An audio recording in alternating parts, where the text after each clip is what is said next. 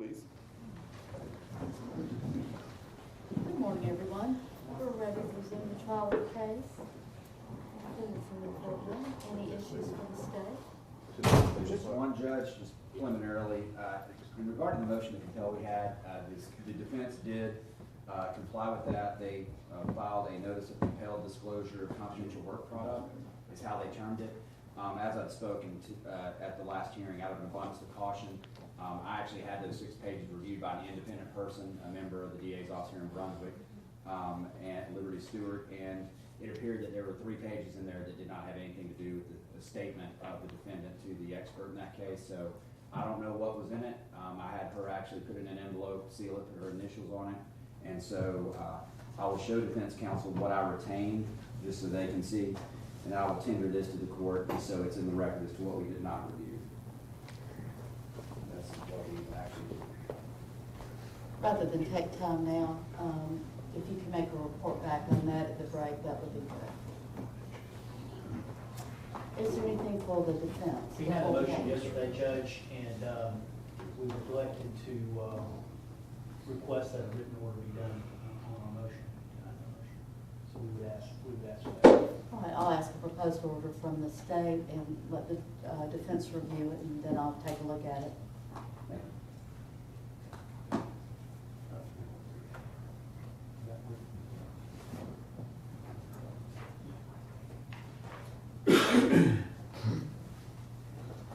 I'll tell you what, I do have a staff attorney here. We'll do the order. No, it's just I keep forgetting I do have help. And I'm glad to have help. All right, are we ready for the defense to present their opening statement? Yes, ma'am. Let's bring the jury in, please. Let's all rise for the jury, please.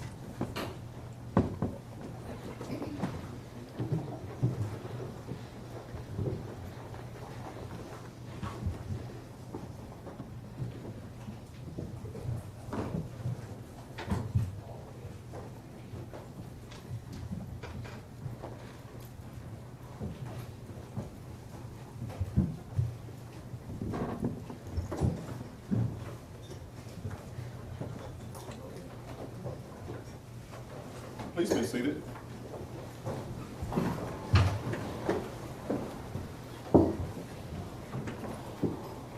Ladies and gentlemen of the jury, good morning. It's good to see all of you.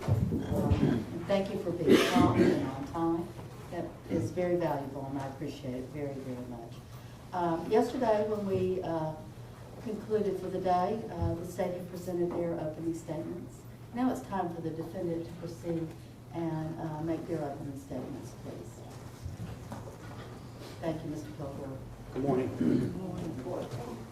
First thing I want to tell you is that the state is right about one very important matter. And that is Ross Harris is responsible for his child's death. Ross is responsible. It's his fault. There's no doubt about it.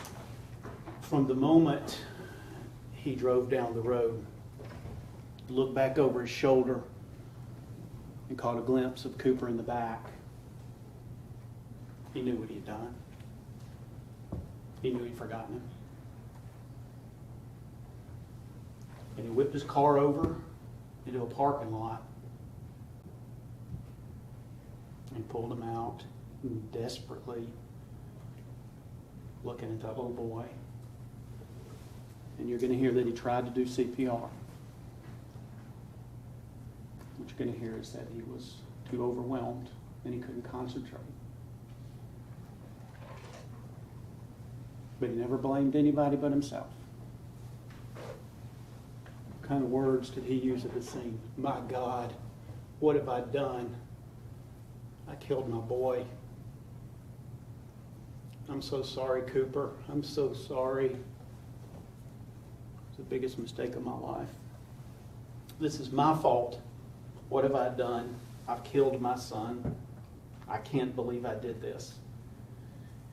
Ross has always acknowledged that this was his fault, that he was responsible. But what you're going to see during this trial is that responsible isn't the same thing as criminal. And the evidence is going to show you during this trial that Ross loved that little boy more than anything. Cooper's death was an accident. It was always an accident. And that's exactly what he told the police when they interviewed him. And he told them over and over and over again. This was an accident. I didn't mean to do this. This wasn't intentional. What was he supposed to say? But because he's saying, listen, this is an accident, they say, well, he's setting up his defense. Telling the truth that it was an accident and setting up your defense. And what he did wasn't willful. Meaning, he wasn't doing some sort of reckless act that would inevitably lead him to believe, hey, Cooper's going to be injured by what I'm doing, like maybe driving around drunk with his son in the car, or maybe leaving his son in the car while he ran in someplace real quick just to maybe shop for a few minutes and forget about him then. Didn't do anything like that. Nothing with knowledge, nothing willful, reckless. You're going to hear a lot of really bad things about Ross Harris. You're going to hear about his sexually immoral behavior. And he's earned every bit of the shame that's coming his way on that regard. You're going to hear that Ross used social media apps to exchange very gross and graphic, filthy sexual talk with people. You're going to hear about all kind of nasty internet chats. You're not going to hear he ever molested a child. You're not going to hear he ever had sex with anybody underage. You're certainly not going to hear that he ever forced anybody to do anything they didn't want to do. You're going to hear about infidelity. You're going to hear about adultery. And that is, Ross was unfaithful to his wife, and you're going to hear about that. Sexual liaison, sometimes in cars. You're going to hear about very embarrassing, graphic sexual matters and vulgar language.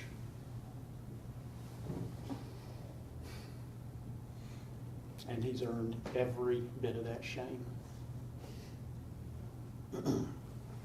But Ross's sex life, no matter how perverse and nasty and wrong that we think it is, it doesn't have a thing in the world to do with the fact that he forgot that little boy. Nothing. They're completely unrelated, got nothing to do with each other. The fact that he lived a life with some filthy sexual behavior isn't some kind of motive to murder the person he loved more than anyone in the world. What it is it's evidence of his filthy sex life. That's all it is. You're going to hear that throughout the day that Cooper died, it was really kind of like any other day. Ross is sending out, texting, sexual communications, nasty language on his phone. Like he had no reason in the world, no reason to think that somebody might, just might, be looking on his phone. But his sexting throughout the day, and this is important, and I want you to keep your eye on during the trial, his sexting throughout the day was after he had forgotten Cooper. It was all after he'd forgotten him. And that's going to be very crucial during the course of this trial. I want you to really pay attention to that. So, no matter how disgusted and angry we are with what he was doing while his son was out in the car, it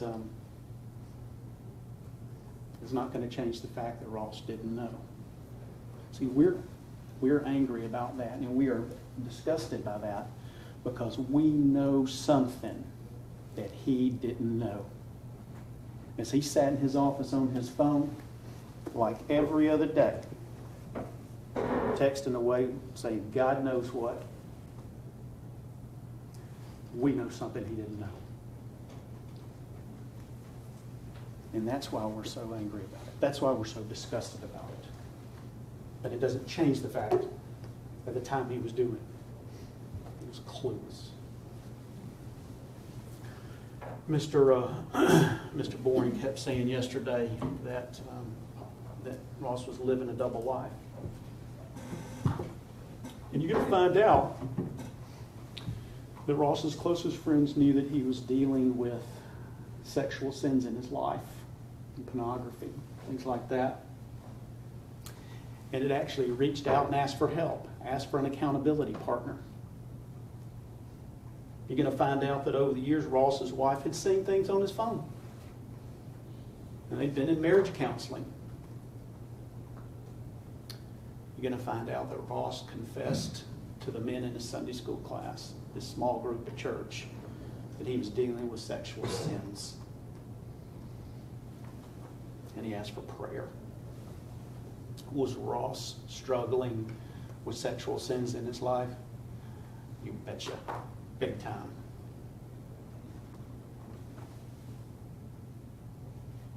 But just because you don't go around telling everybody about your sins and about your private sexual business, it doesn't mean you live in a double life.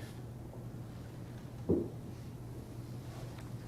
want to talk to you a little bit about some of the evidence in the case, particularly the investigation.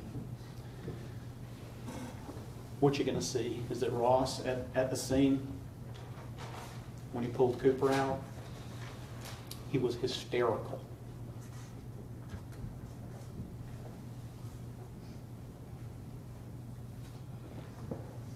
But we expect that you're going to hear lots of state's witnesses come in and suggest he didn't act right.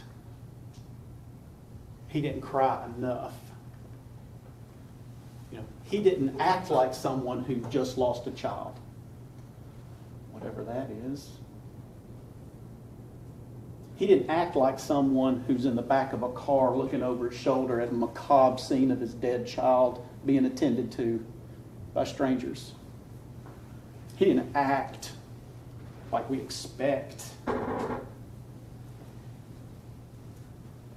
He didn't act like somebody whose world was just snatched from him and then he was put in handcuffs and in custody. How do we know how anybody's going to act under those circumstances?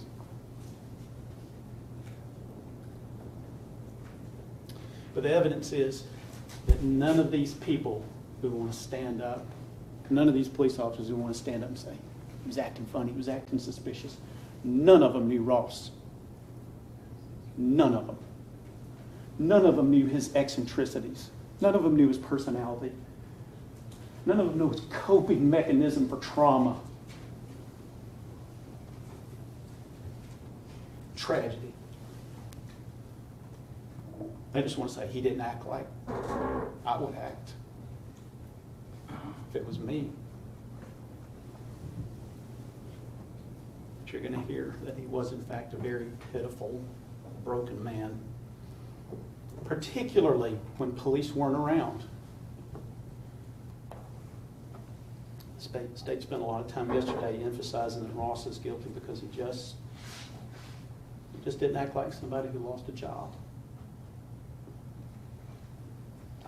But you're going to see and hear about the reactions of somebody else, Ross's wife at the time, Leanna Harris.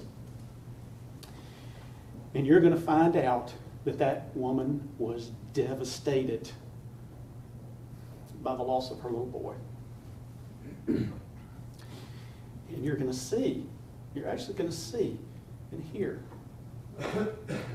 that she was so broken that she couldn't cry.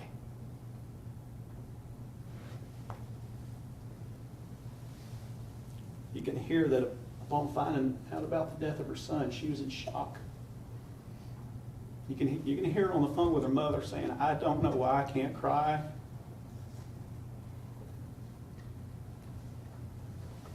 I don't know why I can't cry." And you're going to see that when Ross was with her and he was bawling out of his mind,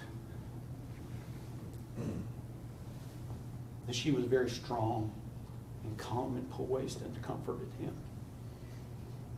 And so the police, they found her behavior very curious, very suspicious. Why? Because she wasn't acting like somebody's supposed to act when they've lost a child.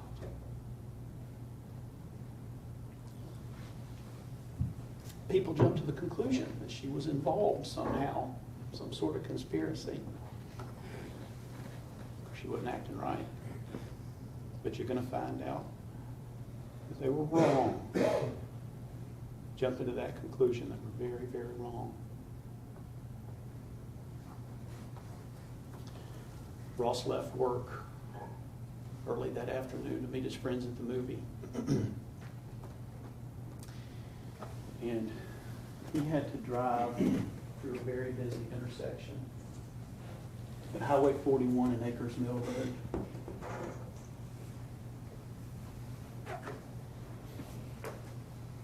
Road. This is Highway 41. You can see it's some 4, 5, 6, 7, 8, 9, 10 or so lanes. And this is Acres Mill Road. Can you see?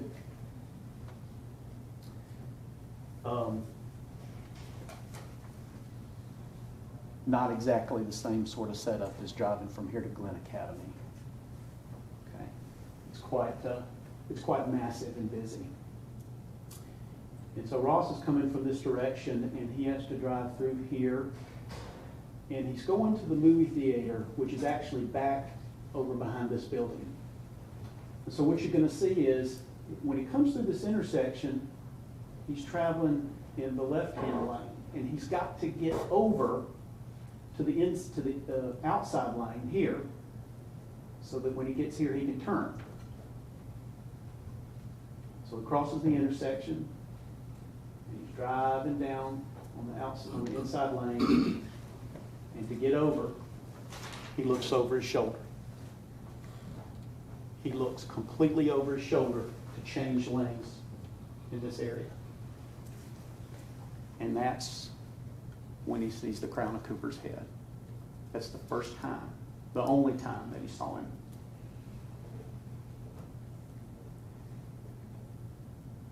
And he knew right then his child was dead.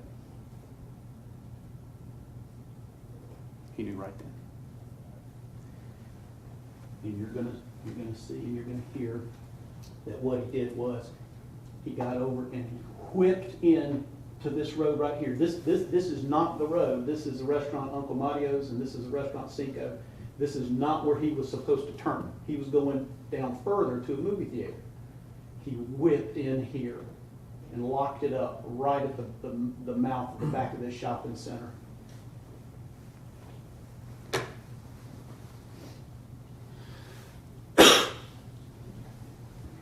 and you're going to see that he was hysterical. And you're going to hear that he got Cooper out and he tried to do CPR.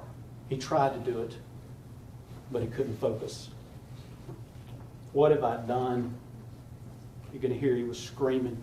And you're going to hear and you're going to see that he's desperately trying to get somebody on the phone. You're going to see it. He's trying to get somebody on the phone. And he's described by bystanders and the police as hysterical. Over and over and over. I can't believe I did this. I can't believe I did this. Let me show you what you're going to see.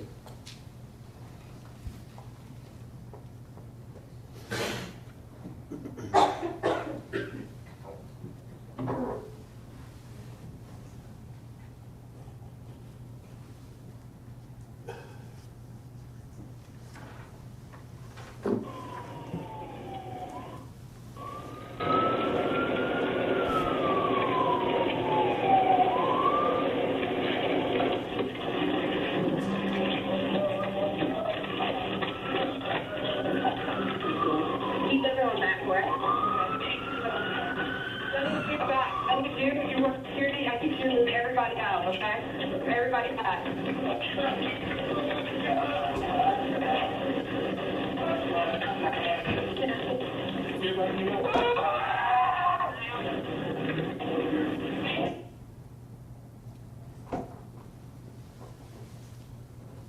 Raw.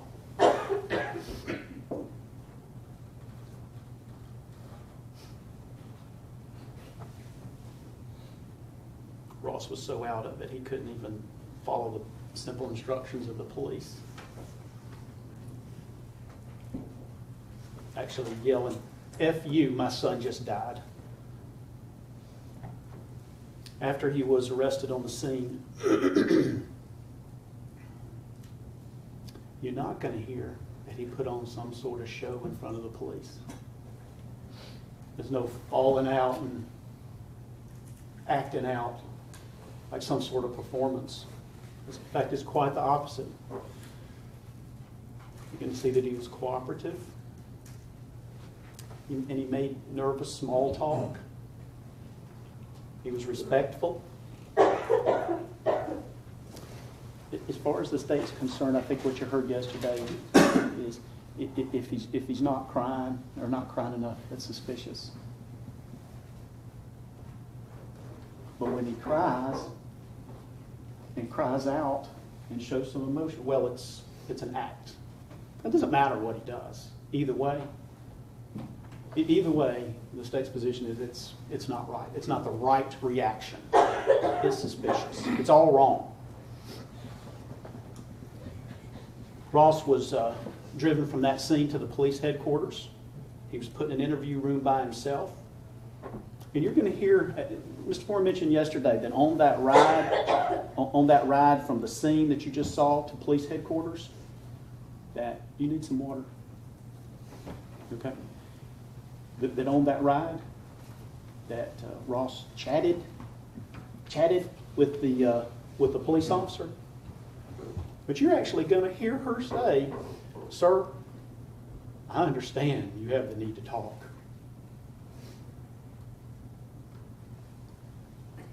Alone, in the back of that car, just realizing that you're responsible for your child's death, knowing that time's coming, you're going to have to face your wife about what you've done.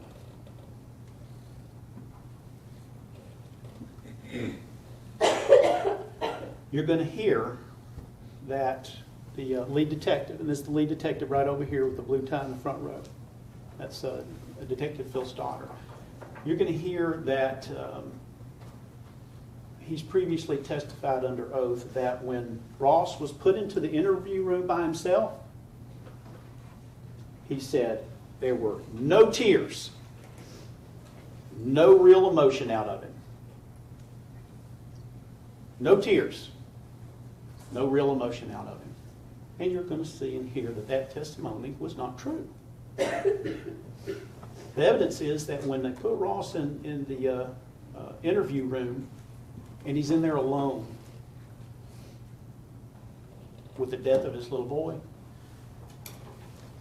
he wept bitterly outside the view of police officers. He wept bitterly and cried out to God, cried out in disbelief of what he had done. Let me show you what he did when they put him in that room.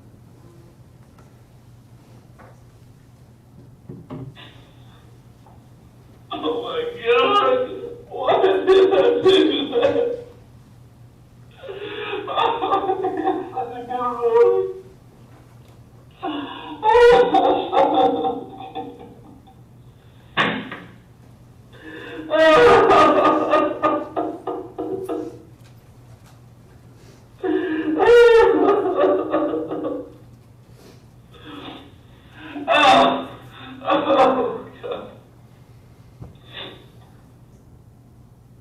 No tears.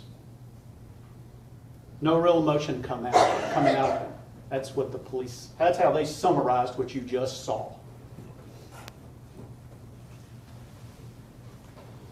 Later during the interview, in this interview, it was voluntary. He waived his rights and he said, I'll talk to you. I don't have anything to hide. What you're going to hear during this interview, that he was very respectful of the detectives. And he composed himself enough to talk. And he cooperated. And you're going to hear that this is just hours after he's found his son dead. That he's trying to answer their questions. And he's not carrying on. He's not acting out. He's not falling all over the place in front of them like some sort of show. He's trying to answer their questions. And you're going to see and hear this interview, and you're going to hear that he spoke in a very monotone, kind of defeated voice. And he explained to him that he just couldn't think straight. I want you to listen to that interview as he tells him, please forgive me. I just don't know what to do, man. But please forgive me. I'm trying to get my shit together. I'm tired right now, man. Guys, I got to be honest. I don't know what to do right now. I really don't. I'm in absolute loss for everything. I don't know. Listen, if there was a time to act and perform and put on some sort of show for the police, that was the time to do it. Nothing like that. Nothing like that in front of them. You're going to see somebody that's desperately just trying to answer questions under the most stressful situation imaginable.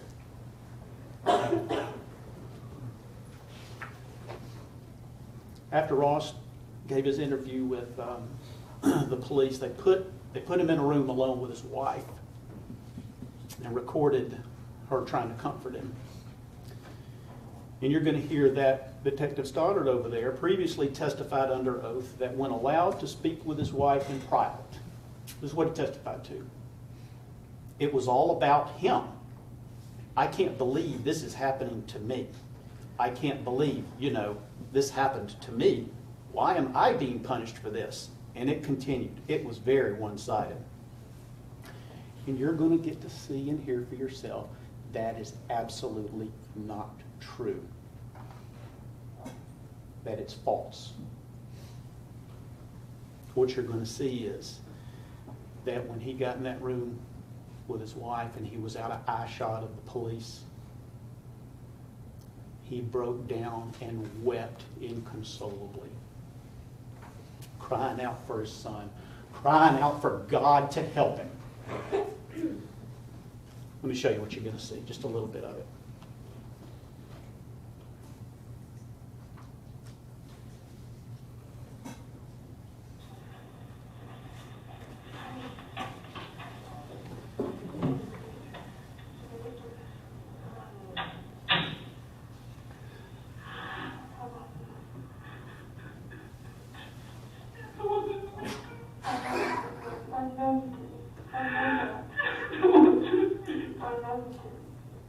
I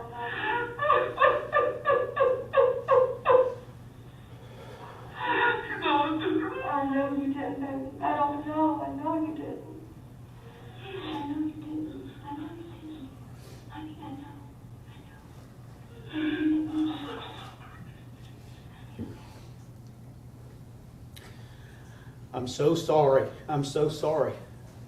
I loved him so much. I loved him so much. I'm so sorry your son's gone. I know that he's in heaven right now, my boy. I can't believe I did this. I'm never going to see my boy again. Are you going to make it? I'm worried about you. I'm so sorry. It hurts so bad. God, please forgive me. Please help me. Please help my wife. Please help me. Please let me trade places with Cooper. They know I love that little boy. It hurts so bad. It hurts to my core.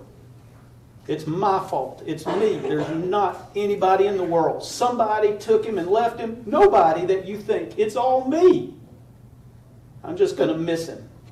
I'm going to miss him so much. Oh God, what have I done? What have I done?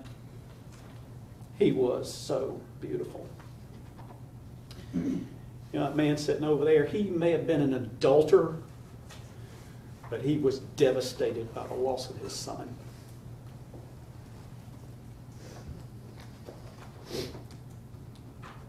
You can hear that Cobb County police officers swore under oath to a judge over and over and over that Ross was researching how long it takes a child to die in a car. This is what's in the warrant. Warrants. During an interview with Justin, he stated that he had recently researched through the internet child deaths inside vehicles and what temperature it needs to be for that to occur. And the same detective then gave oral testimony to a magistrate.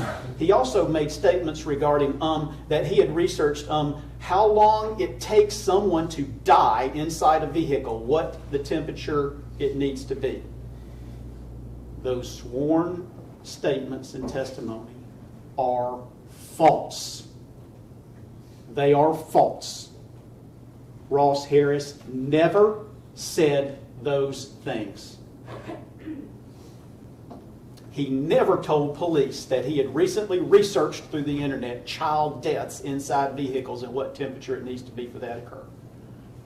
He never told police that he recently researched through the internet, recently researched how long it takes someone to die inside a vehicle, what temperature it needs to be. He never told police that. And more importantly, he never did it. He never did it. And the police knew it. They knew he didn't do it. But they swore under oath over and over and over that he did. During his interview with police, Ross is trying to explain to detectives, he's trying to explain, I can't believe that I did this. I can't believe this happened. Why? Because I know about the dangers of leaving a child in a car. I've seen a public service announcement about leaving pets in a car. And everybody's seen these PSAs. And Ross tells the police that he saw it on the internet, where a vet warns of the danger of leaving the pets in a car because of the heat. And how does he see this PSA? How does he see it? Police know. Does he Google, how long does it take a dog to die in a car? No. No. It's a link on his Reddit page. It was a trending video, which means it was a very popular video. And he clicked the link, which took him to YouTube in order to play it, to play this public service announcement. If the state brings a computer expert in here, which I believe they will, he is going to tell you there was no such search. He did not search anything about how long it takes a dog to die in a car. Ross is telling the police, guys, I'm aware of this stuff. That's not setting up a defense. You're going to hear he's just telling them, I know about this stuff. I can't believe I've done this. He tells them he saw a news report on TV about a guy who left a child in a car. He saw a news report. He explains to the police, I've seen this stuff. I know better. And the state says, that's setting up a defense. He's already trying to set up a defense that he's going to be an advocate or something. What in the world is he supposed to tell them? He's seen the stuff. He's telling them, I know about this. You're going to hear that Ross researched everything. Everything. He did search after search after search after search. He Googled everything. He was an absolute information-aholic.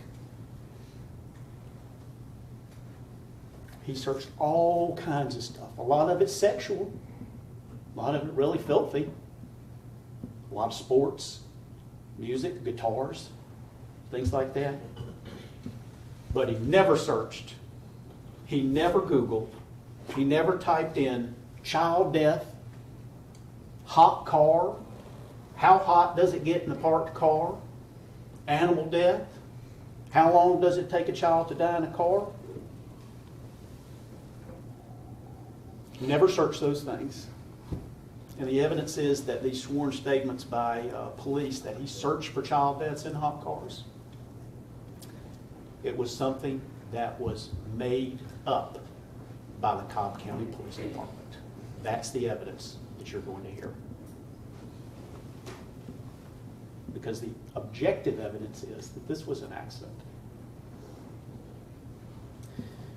One thing I want to mention from yesterday, Mr. Bourne said that Ross was deceptive because when asked for the code to his phone, that Ross said it was biometric. It's biometric. You can see that Ross's phone was an iPhone. And it's definitely biometric. That is, has the touch ID. Where basically, to turn it on, you put your finger there and it comes on. Right? Well, if it's your phone and that's how you turn it on all the time with your finger, you're not putting your code in. You're not putting your code in. And what you're really going to see is that Ross just forgot his code. He wasn't lying that it was biometric. It was biometric. He just forgot his code because he never punches it in. But you're going to see that later on in the interview, he remembers what the code is and he tells them. He gives them the information. And so this suggestion that this is somehow, some way he was trying to mislead the police, I want you to remember that. I want you to remember. That's a suggestion they're trying to sell you on. I want to tell you about something you didn't hear about anything yesterday, and that is that detective testified that Ross had searched the internet for topics pertinent to motive, and he testified that Ross went to a subreddit. You can hear a lot about Reddit during this trial. That was called Child Free. And child free is people who advocate living child free. They advocate not having any more children and adding to the biomass.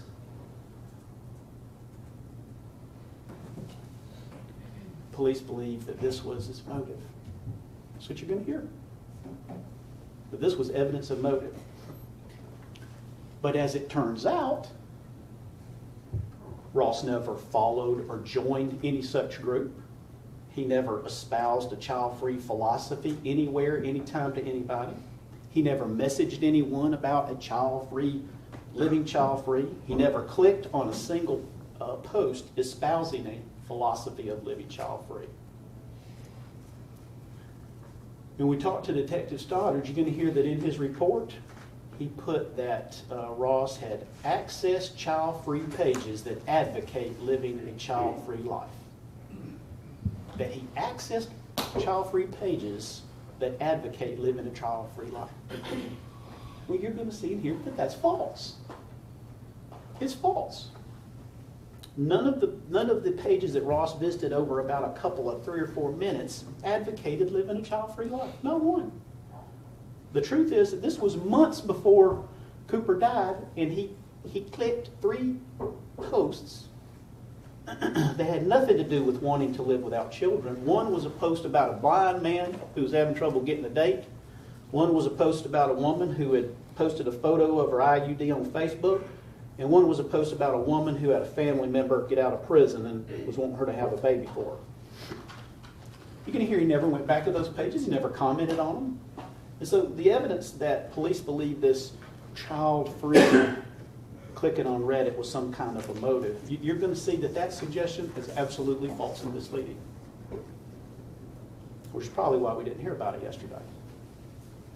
We did hear about the fact there was a stench of death in the car. I believe those were Mr. Boring's words, stench of death in the car. And Detective Stoddard over here testified previously under oath that Ross's car smelled like death. Of course, the suggestion is that he gets in the car at the end of the day and there's this overpowering odor of death that, you know, anybody would have just jumped out of the car and went, oh my God, what is that? That's the suggestion. He had to have known that Cooper was in there. If we've got this overpowering stench of death.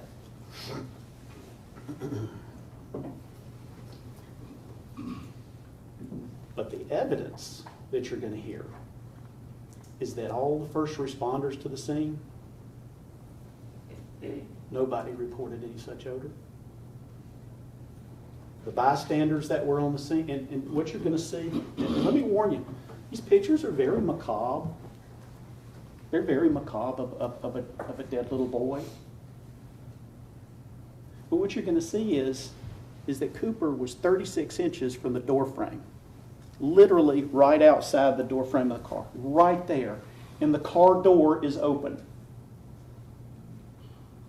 Okay? And the bystanders on the scene, nobody reported such an odor. The EMS personnel who were down there right on Cooper's body, no reported odor.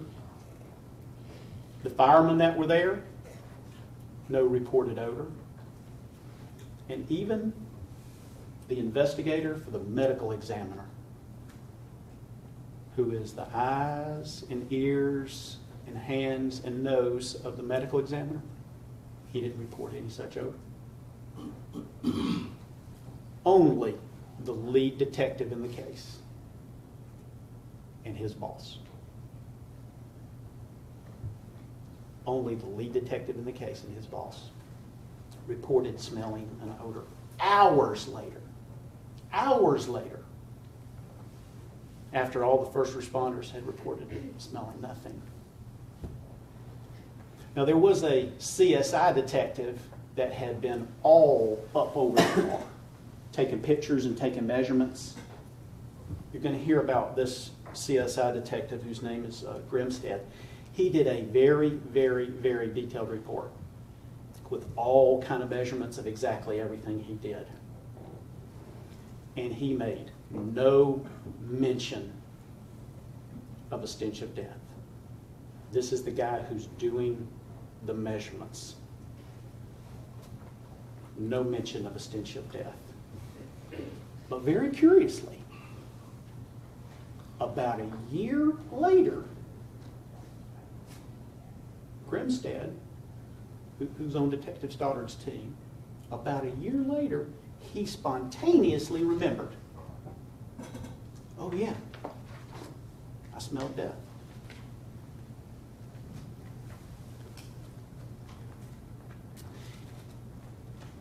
But the evidence that you're going to have in this case is that there was no odor of decomposition or decay. There was no such odor. In fact, you're going to see in here scientific evidence to that fact. There was an autopsy done 16 hours after Cooper was found. And there's slides of bodily tissue that's preserved from the autopsy. And you're going to hear that those slides were examined. And what they found was there was completely insufficient decomposition to create the smell of death that that Detective Stoddard claimed that he smelled. Scientific proof that if he smelled death, it wasn't Cooper Harris.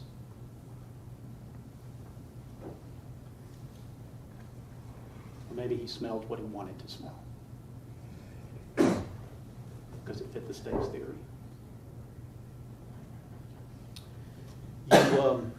Mr. Bourne spent a lot of time yesterday talking about the Whisper. And that's the app where you can anonymously post random thoughts. Ross posted a lot of stuff that was sexual in nature. But what you're going to find is that Ross followed Whisper like a lot of people follow Facebook. He was on it all the time. And of course, you saw this red image.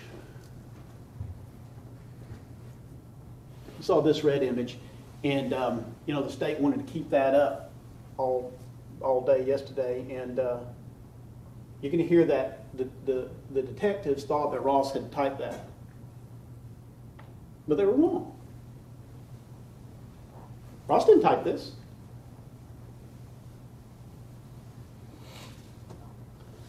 He commented on it. But he commented on lots of things that morning. So on the morning of June the 18th, the day that he's supposedly in the middle of carrying out a murder, okay, he's posting a bunch of filth on his phone through Whisper. And as he's scrolling through Whisper, he's commenting on all kinds of stuff that morning. So this comes up on his feed. I wonder what coffee enema would do to somebody, ha, ha, ha. And his comment was, there are actually people who do this, like 3 or 4 times a day. It's crazy to me, but they love it. 7:40 in the morning. Bought a MacBook Air yesterday, love it. 8:16 in the morning, Ross is still at home. Yeah, I love my Mac. Next. Teachers assign you homework and never check it out. Why the F did you give it? Ross's comment at 8:43, he's probably on his way to work here, on his way to Chick-fil-A. Because you won't practice the work if none is given to you. 8:46 in the morning, this one comes on his feed. Having an extremely boring and slow day, can anyone help the time go by faster? His comment, my day just started too. I woke up at 5:30. Kill me. Well, I have a son. That joker decided that, hey, I'm going to get up early. He's awesome. 8:48 in the morning. This comes across his phone. Anyone like a tall girl? I do, but I'm not very single. Y'all girls are sexy. 2 weeks until I go to PCB, 8:49 in the morning. Ross says, I love PCB bikinis. Well, I love them. Police just want to focus on this one, just this one, where the conclusion is it's nefarious. But he's going to put on his phone right as he's about to carry out a murder plan. He's going to put it on his phone. There's something nefarious about him responding that man wanting to hang out with his friends. Is that really unique? Fact of the matter is, what he conveyed was that he loved his son. There's nothing nefarious about it. It was one of the many random as heck things that he responded to that morning. You're going to hear, you heard some yesterday about Ross stopping at the Home Depot store.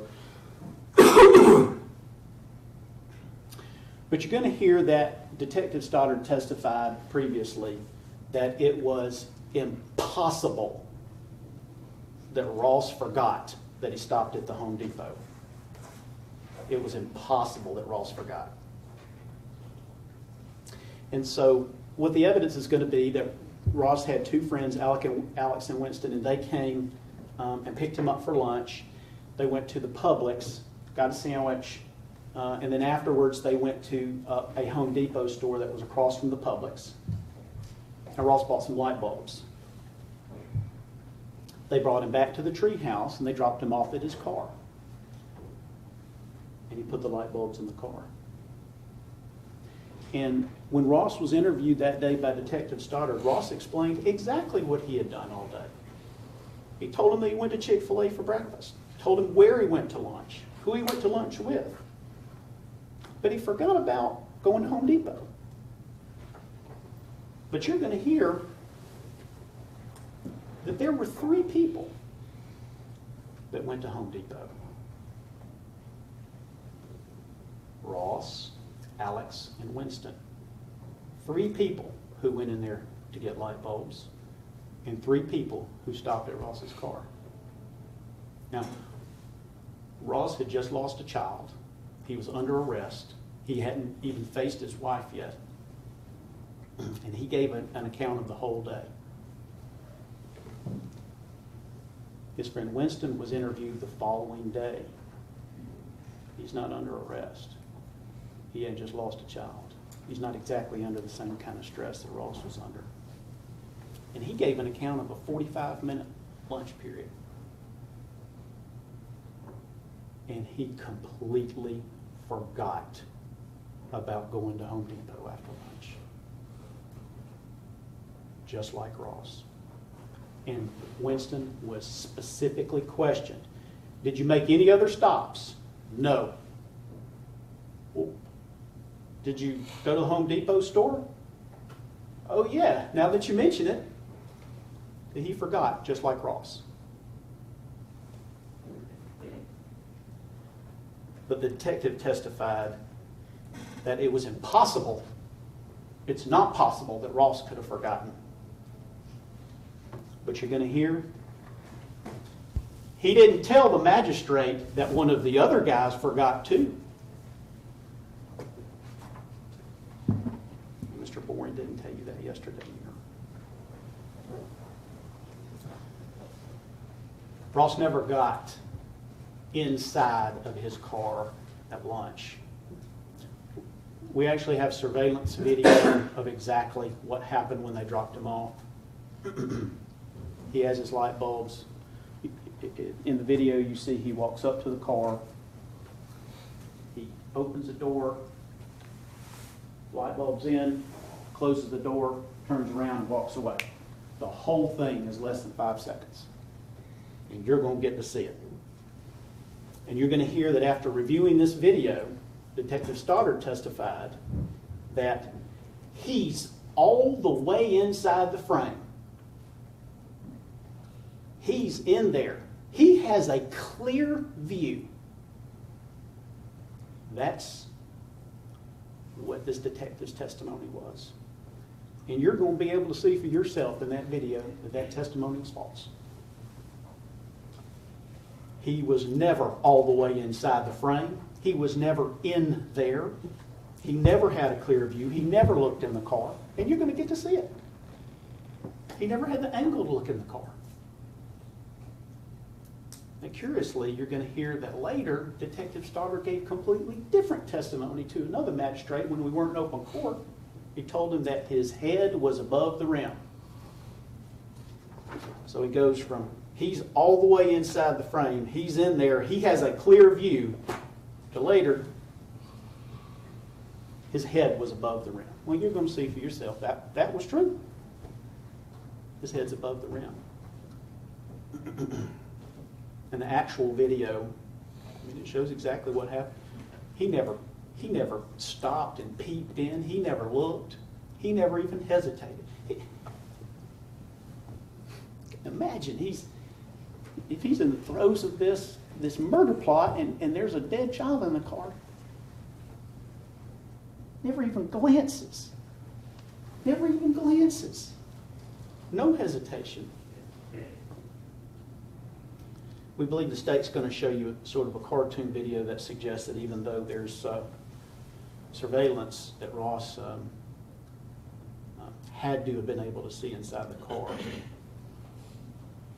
But what you're also going to see and hear is evidence that 5 minutes after Ross got out of that car in the parking lot in the morning, 5 minutes, a lady walks right by the back window of Ross's car and right by the passenger window of Ross's car, and she did not see Cooper in there.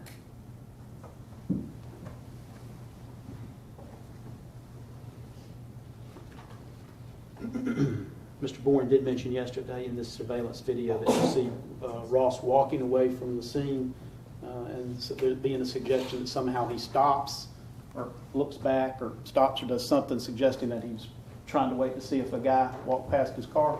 You're going to see it. That's false. You're going to see the video. What you're going to see is very clear. He's walking back from his car, and he stops, looks on his phone, walks a little more, stops, looks on his phone. That's all it is. I want you to remember that, though. I want you to remember the suggestion out there that's what the state's going to try to sell to you. Somehow this is nefarious. Ross needed light bulbs, and the evidence is going to corroborate that he needs light bulbs. And why is that important? Well, the evidence is going to be that during the investigation, that police thought that Ross didn't need the light bulbs. They thought he had concocted this whole light bulb thing just to go back to the car. But they were wrong. During the lunch break, I've already told you that they went to Home Depot and purchased some bulbs. And police were so certain that this was some sort of concocted part of the plot that they went to a judge and they got a search warrant to specifically search for Ross's home to see if he really needed any light bulbs, to see if any light bulbs were out. And what did they find?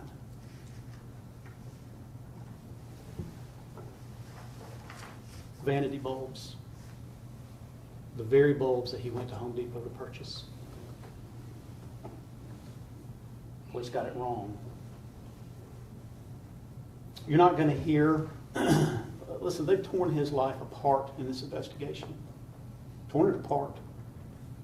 You're not going to hear there's any history of abuse or neglect. None. No abuse, not even corporal punishment. No neglect, no indifference. No suggestion that Ross ever neglected Cooper. In fact, all the evidence you're going to hear and all the evidence you're going to see is that he was a very engaged dad. He was very involved in his son's life. They loved him. You're going to see and hear that he found time to spend with Cooper. Sometimes even going down to Little Aprons during the day just to spend time with him. Every eyewitness that you're going to hear from that actually knew Ross and Cooper is going to confirm that very fact, that he was a loving father who loved his son dearly. You're going to hear a lot of evidence, really, frankly, just overwhelming evidence that Ross was planning for a future with Cooper. You're going to hear about this fact they were planning for a cruise. You're going to hear all about this. And what you're going to hear and find is this. The state examined Ross's computers and his devices, and they found that on June the 9th, okay, 9 days before Cooper died, Ross's computer shows that he was searching for Carnival Cruise Line's kids. Carnival Cruise Line's kids policy. Do kids cruise free? Why is he searching that? I'm sure there's going to be some suggestion from the state. I don't even know what it might be. He's searching that because he's planning to take Cooper on a cruise. On June 17th, the day before Cooper dies, Ross emailed a travel agent inquiring about the family cruise. And this is what his email said. Heather, my family is looking to go on a cruise around mid-October. When I say family, I mean 9 people. That includes Leanna, Cooper, and I, as well as my brother and his wife and his 6 kids. Cooper's the only toddler, but I was hoping you could put a few things together to see what we're all looking at. Any ideas? No. This is the day before. He's planning for future events with his son. Hours later, in the early morning hours of June the 18th, 12:48 in the morning. Ross is up doing all kind of stuff, work, sexting, but he's doing one thing I want you to really take notice of. At 12:48 in the morning, he's Googling information about child passport costs.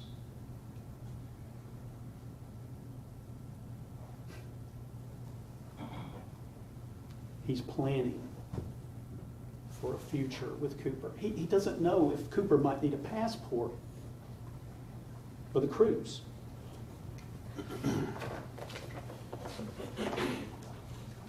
And in the morning of June 18th, Ross gets an email from the travel agent about the cruises.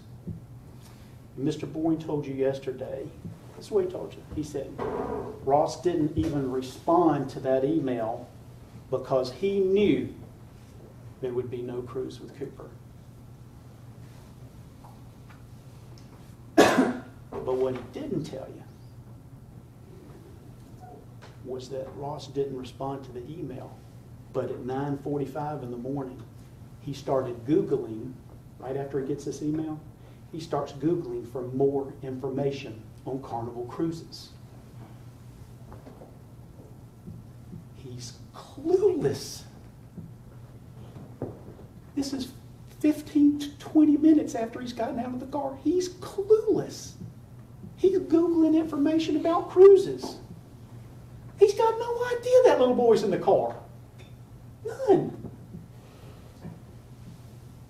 He hasn't forgotten that he has a son. In his mind, the workday started, his son's at daycare.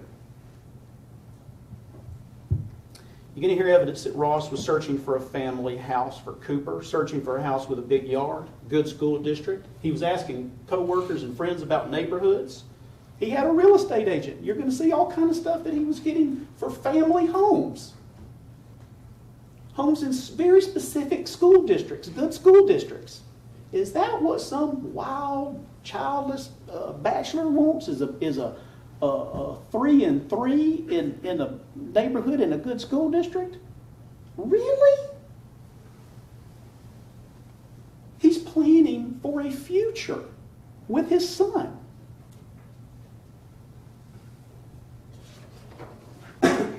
There's no evidence that Ross was planning to end his marriage. At the guts of it, this is really what the state's theory is. He wants to get out of this marriage and he wants to get away from his family. But there is absolutely no evidence that he was making plans for such a thing. Of the thousands and thousands and thousands of searches that he did, there is not one search for divorce lawyer, alimony. Can I file a divorce without a lawyer? His whole plan is to get away from his wife, and he doesn't do a single search to carry out that plan. Nothing. Why is that? Well, Ross was an unfaithful husband. But like so many unfaithful husbands, he wanted to have his cake and eat it too. He didn't want to get away from his family. He loved his family. He wanted to keep them. He just didn't. He wanted to have his cake also.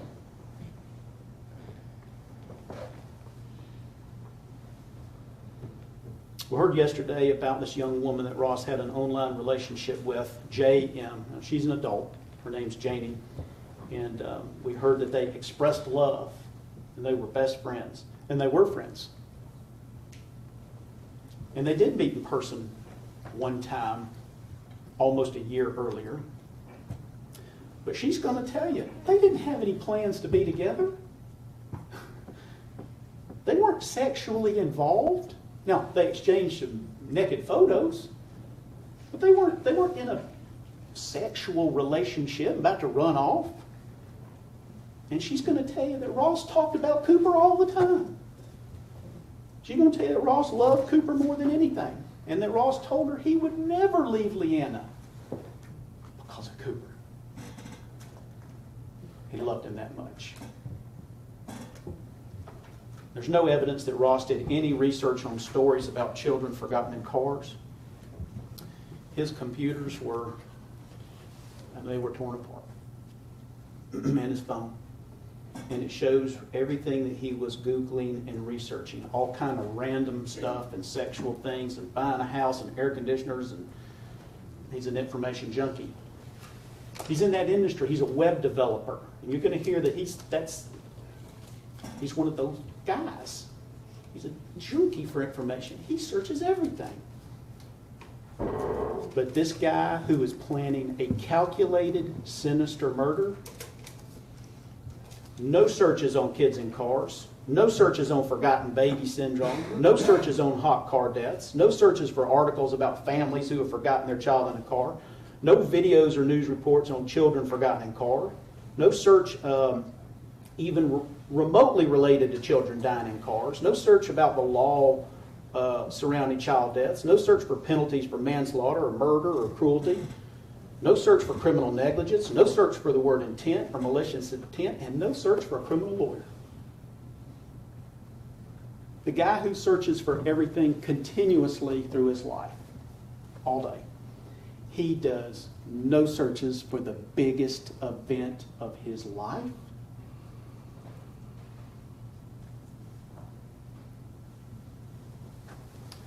I want to show you something about the parking lot.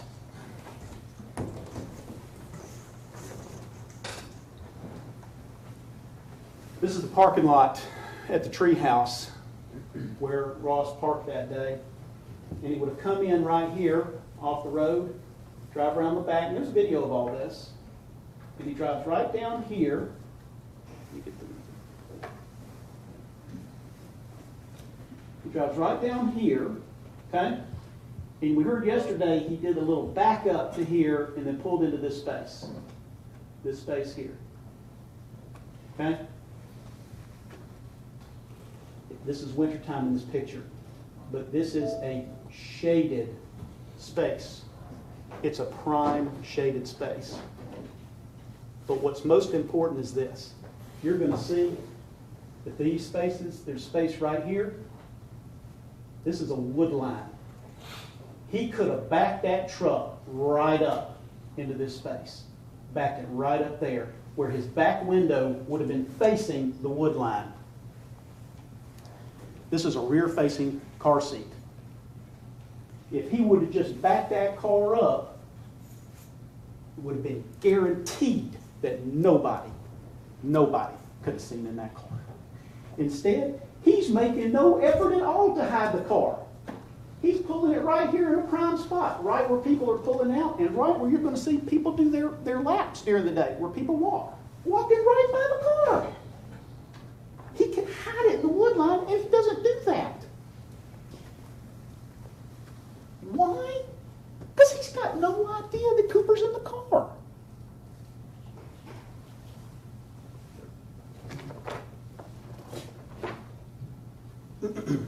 You're going to see that June the 18th was really like any other day. Now, Ross had a bunch of filth on his phone, stuff about adultery and sexual communications, very graphic language. And he doesn't take any effort at all that day to get that information off his phone. None. In fact, while his murder plan is underway, what's he doing? Like any other day, he's adding a bunch of terribly incriminating, nasty, adulterous stuff to his phone. He's in the midst of this murder plan, and the phone that he's got, he's adding all this stuff to it. And he makes no effort to get rid of it or hide it. He makes no effort to disengage that whisper app. He's just adding stuff to his phone all day long. Like he got no idea that somebody might even think about looking on his phone.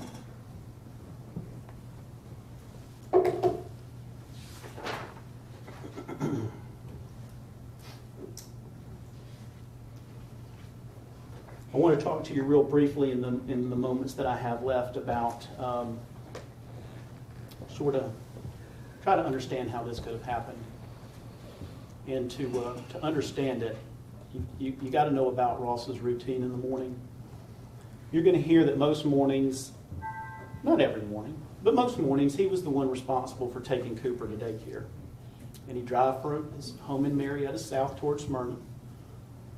And he'd drop Cooper off at Little Aprons on his way in. But most mornings, after he dropped Cooper off, Ross would then go to the Chick-fil-A.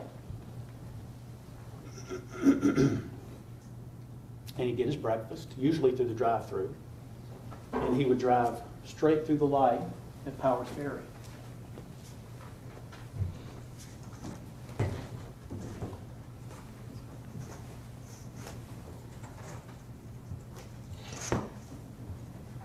This is the intersection. This is Chick-fil-A. He dropped Cooper off, you go to Chick-fil-A, and you drive straight through this intersection to work, right here. Straight through that intersection to work. That's what he normally did. And on days that Ross did not take Cooper to daycare, he also went to Chick-fil-A. And he left, and he drove straight through that intersection to work. Straight through that intersection to work. That was his typical morning routine. Sometimes he'd go to Chick-fil-A at lunch. And when he left lunch at Chick-fil-A, he dropped straight through that intersection back to work. Straight through that intersection back to work. Publix is right here. Sometimes he'd go to lunch at Publix. You leave Publix, he drives straight through that intersection back to work. Straight through back to work. He went through that intersection a lot. A lot.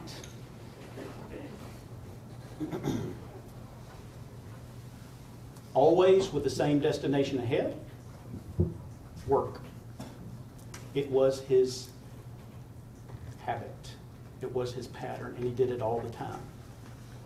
But you're going to hear that occasionally that pattern would be changed, and they would have their daddy-son time together at Chick-fil-A. You know, that's the kind of thing that dads do who want to spend time with their children, is to take them to breakfast occasionally, because that's something a dad can do. That's not the kind of thing an unloving, uncaring dad would do. But you're going to hear that sometimes they would have their little daddy-son breakfast together. And on those days, Ross did not follow that pattern of driving from the Chick-fil-A straight back through that intersection to work. On those days, what Ross is supposed to do is to come out here, do the U-turn, and when he gets to this intersection, he's supposed to take a left to go back to the daycare on the breakfast days with Cooper. In most days, he doesn't have Cooper, so he's just going straight on. He's already dropped him off, so he's just going straight to work. But on the days he's got Cooper, he's got to take this left at that intersection. And this sort of change in his routine, it was sporadic. It wasn't every week. It wasn't even every month. Some months not at all. And you're going to hear that Ross told police that it's something they did 2 or 3 times a month. Well, that was an exaggeration. It definitely was not 2 or 3 times a month. Ross is trying to convey to these police officers that, hey, I love spending time with my son, and he exaggerated. What you're going to hear is about a text message in March of 2014. Ross telling his wife that he and Cooper were going to breakfast because they hadn't done it in like 2 months.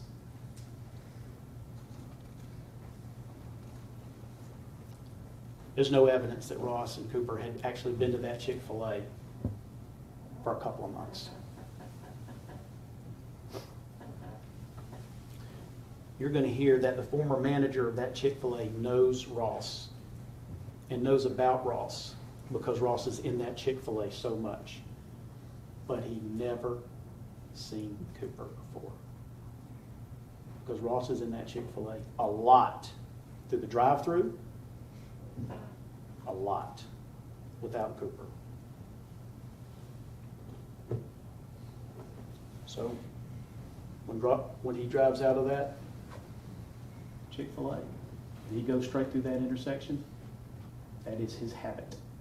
That is his, it doesn't require any thought. It's his route, it's his routine. Well, what about leaving Chick-fil-A on June the 18th? What happened that day? I mean, that's the question that we've all got. What happened on that day, June the 18th? How could anyone forget? And so fast. Well,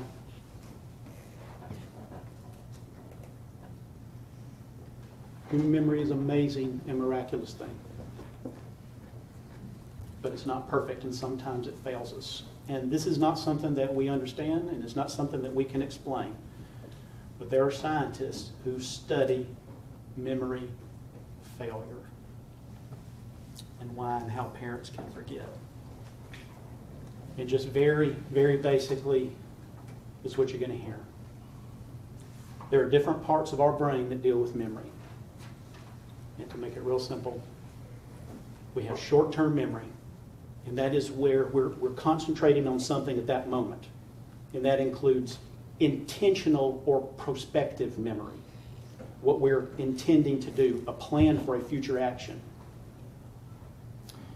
And that part of the brain, you have to maintain awareness of what it is you intend to do and the steps or details to execute those plans. That's what we're thinking about doing. That's what we intend to do. I intend to stop at the dry cleaner on the way home. I intend to, when I get to that road, I'm going to take a right and I'm going to go to the dry cleaner. That's the short-term perspective, intentional memory. And then another part of our brain deals with long-term memory or habit. That's the routine behavior that doesn't require that planning and concentration. It's because it's what we do over and over and over. It's kind of a way to give our brain a rest. It's our habit. We shower every morning, we brush our teeth, and we get ready, and we drive to work, and every day it's exactly the same, and we don't have to think about it. And if we think back over the last week, we can't remember what our brushing experience, teeth brushing experience was like on Tuesday versus Thursday. Because it's all habit. We don't think about it. It all runs together. Just like our drive in the morning to work. And you're going to hear that when habit memory kicks in, we can basically go into autopilot. This is like when you're on the road and you get 20 minutes down the road and you're like, wow, what happened the last 20 minutes? We can lose awareness of what it is we intend to do, especially if there's some kind of distraction. And you're going to hear that we can lose this awareness in a moment.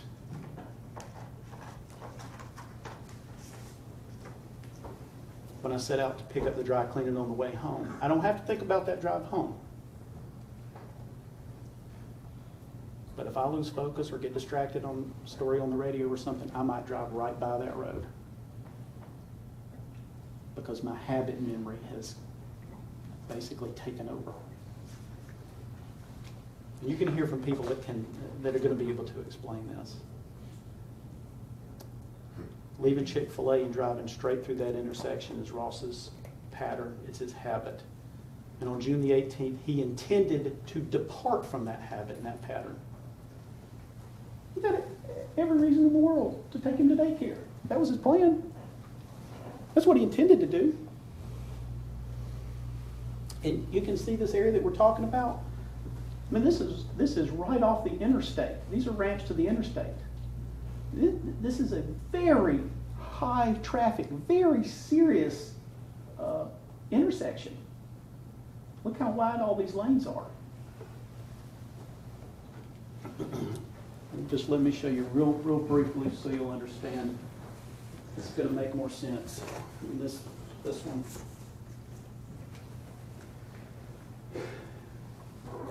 When he leaves Chick-fil-A, he's got to come out here and he's got to take a right on Cumberland Parkway. But he's got to immediately, and this is up here is where the interstate is, so we got cars coming off the interstate in the morning. He's got to get over in this left-hand lane. Why? Because he's immediately got to get in this little jump lane here, this turn lane, to do a U-turn. Right here. So what he's got to do is he's got to be watching out for cars coming up here, coming up Paces Ferry. But more importantly, this is a Home Depot store back here.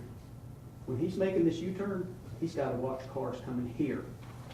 Trucks that are loading up in the morning that are pouring back onto the road. Right there.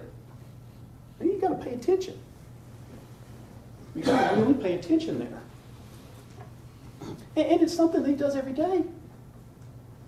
But he's got to pay attention, very close attention every day right there. Habit memory takes over. He goes straight through that intersection at Paces Ferry all the time. It's his habit. It's his pattern. That's what you're going to hear. That's what you're going to see.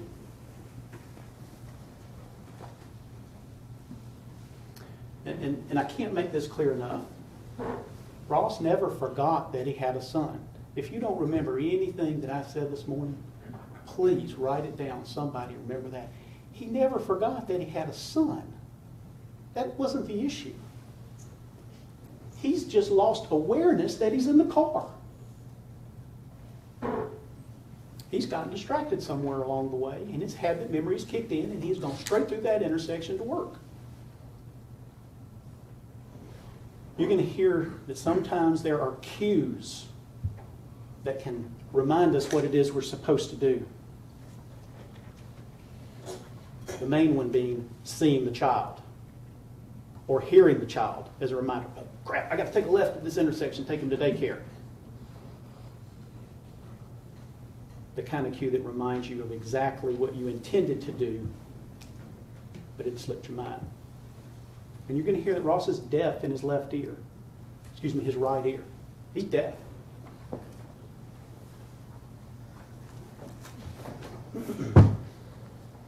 But here, you're going to see and you're going to hear that this drive was so short. It was so short. It was just minutes.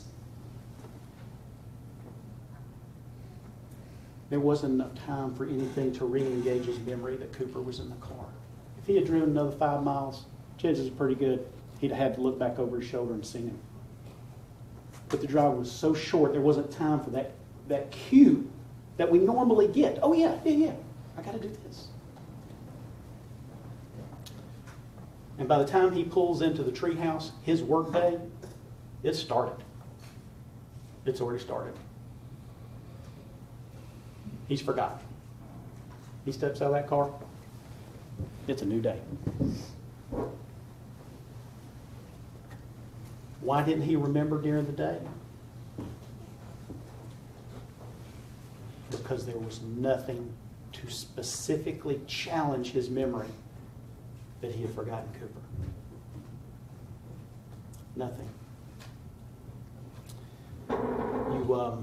You heard yesterday that Mr. Boring said there were all kind of things to remind him.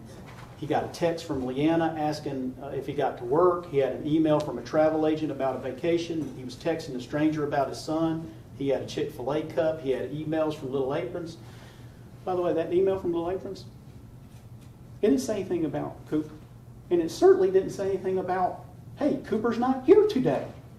It's just the regular email that came every day from the daycare. There was nothing remarkable or unique about it.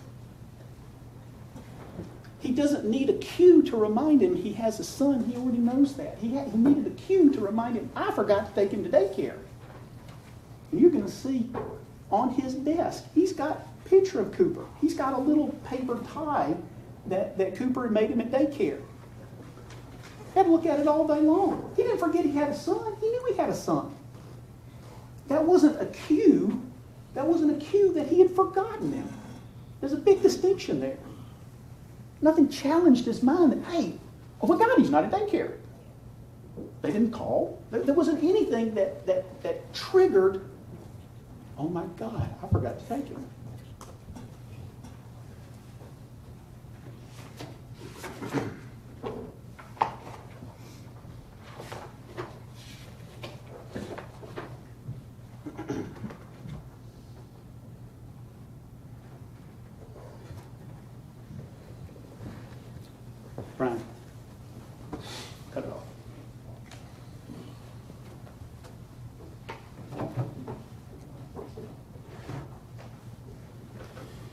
There's one person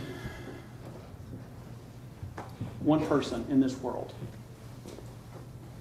who has got every reason in the world to hate that guy, to despise that guy. Because that guy over there, Ross Harris, he took everything from her. He cheated on her. He humiliated her in front of the whole world. He's responsible for the death of her only little boy.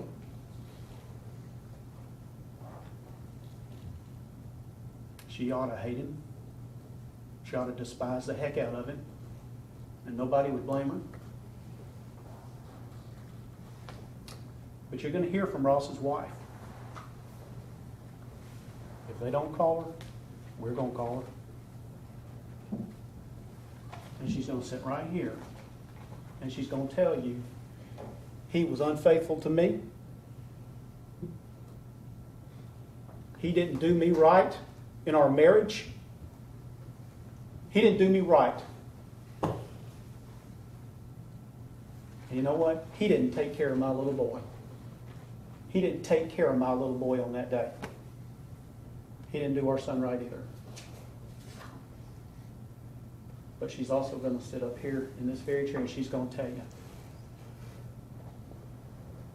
Ross Harris loved that little boy more than anything in the world. Despite what he's done to me. What he's done to us. What he's done to Cooper. He loved that little boy more than anything. And she's going to tell you, he was a wonderful father. The woman who's got every reason in the world to despise his guts. She's going to speak the truth. She's going to tell you, they got it wrong. They got it wrong. Thank you. Okay. Ladies and gentlemen, it's time for a break. Step out to your jury room, have a break. No lines, no conversation. Let's all rise for the jury, please. That's all the notes must have. Excused. Please watch your step going down.